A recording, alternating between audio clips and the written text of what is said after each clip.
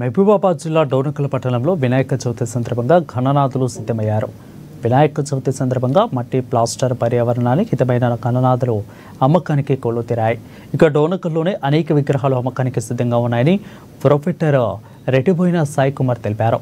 ఇక వినాయక విగ్రహాల కోసం గణేష్ కమిటీ సభ్యులు ఘననాథుని బొమ్మల కోసం ఖమ్మం, మహబూబాబాద్ జిల్లాల దూర ప్రాంతాలకు ఇక్కడి తక్కువ ధరలో అందుబాటులో ఉంటాయని అన్నారు. ఈ అవకాశం వినియోగించుకోవాలని కోరారు. దగ్గర 200 సంఖ్య గల వినాయకులు మా దగ్గర చిన్నవి మరియు పెద్దవి అందుబాటులో ఉన్నవి. అనేక సైజులు 2 ఫీట్ల నుంచి మొదలుకొని 12 ఫీట్ల విగ్రహాల వరకు అందుబాటులో ఉన్నవి. సాంప్రదాయ పద్ధతిలో కళాకారులచే తయారు చేయబడినవి. డోర్నకల్ ఇంద్రానగర్లోని మన ఈద్గా దగ్గర మరియు వెళ్ళే దారిలో 2 షెడ్లు మేము ఏర్పరిచినాము. పట్టణ ప్రజలు సద్వినియోగం చేయవలసిందిగా కోరుకుంటున్నాము.